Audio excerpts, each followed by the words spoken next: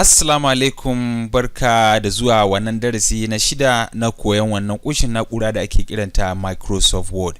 Kamar da muka gabatar a sauran darasin da ke gaba, zuwa yanzu na tabbata an samu ci gaba.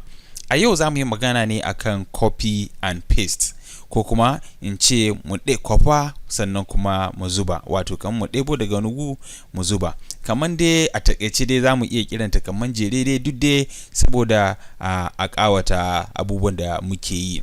Saboda haka a gurguje bari mu fara. Sai dai zan so in nuna mana wani abu, domin aka ce ana ɗan waiwaya maganin mantuwa. Idan muka dubi nan ɓangaren, za mu tarar da cewa rayuwar ɗan arewa mun lullube ta da jan launi wanda ake kira shading kenan a turance. To zan so da mu mai da ita ta koma kawai ba wata abin da aka ƙara a kanta. Idan muka zo muka mai da muka faɗa wannan kifiyar, idan muka danna muka gangaro haka, wato mun zaɓi wannan gabaki ɗaya kenan.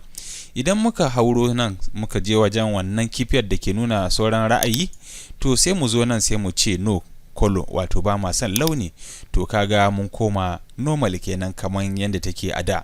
Bugu da ƙari, wannan rubutun namu wanda muka bata launi kore, za mu iya ko mu lullube ta a nan, ko kuma za mu iya zuwa mu zaɓi nan kamar yadda muke zaɓa a gefe, sai mu zo nan sai mu mai da ita kawai ta koma ko automatic ko kuma baka, wanda dama tun can haka muka same ta. Sannan kuma wannan da muka sa mata strike through, idan muna so mu cire ma sake danna nan domin mu ba shi yancin kanshi.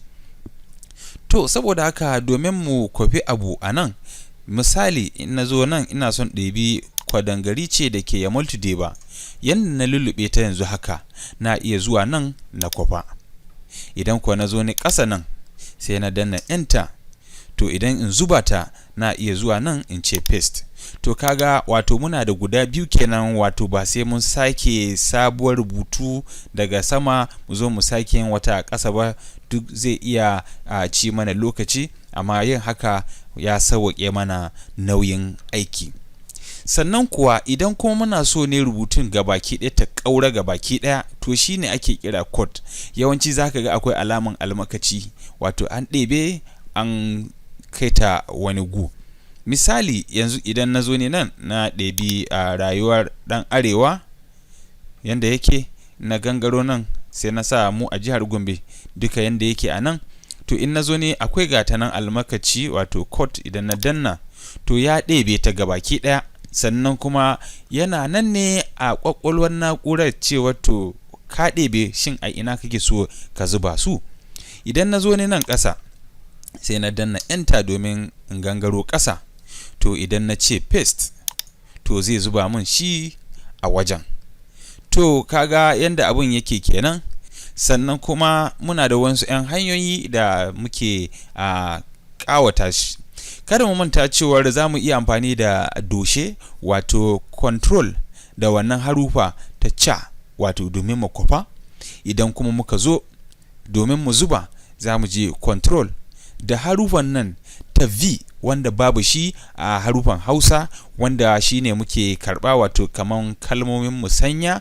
Shine za ka ga ana cewa very good, wato kaman yadda tun da ban mu da wannan ita harufar wato ta V, to da shine ake zuba, wato in ka ce control V zai amar da abun. Misali a gurguje bari yi shi.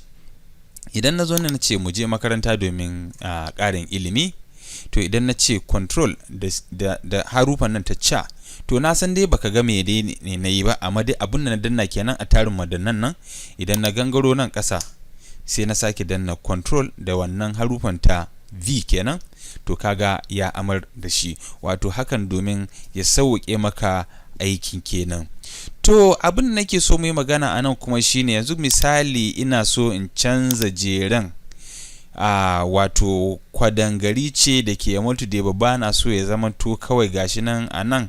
To idan na zo ne nan na zaɓi wannan layin, to na iya cakan na'urar, wato ita jaɓar na'urar tawa, sai in bar yatsata akan wannan madannin cakan hagu, sai in janyo ta ƙasa. Idan ina gangarowa layuka, za ka ga akwai wani ɗan, wato wata 'yar tsinke-tsinke da layi-layi wato na nufin cewa da zaran na sake fa a wajen zai zuba a wannan rubutun. To ina sakewa, to kaga ya zo ya aje ta a saman wannan rubutun. Bari mu sake nanatawa, bari in ɗauko mu je makaranta. Idan na zo ni nan sai na caka, na riƙe, na ɗauko nan, na ɗauko nan, na ɗauko nan, na kawo ta har zuwa ƙasa nan. Da zaran na sake, to kaga ya kawo shi ya aje a nan wajen kenan. To ina fatan mun fahimci wani abu game da kwafa da zuba, wato ɗebe ta a ƙwaƙwalwan ita na'ura zuwa wani shafi. Ba lallai ba ne wai a'a sai a shafi na farko za ka iya ɗaukan abu daga shafi na farko ka kai ta zuwa shafi ko da na 100 ne sai ka zuba a wajen. Na gode, mu haɗu a darasi na 7.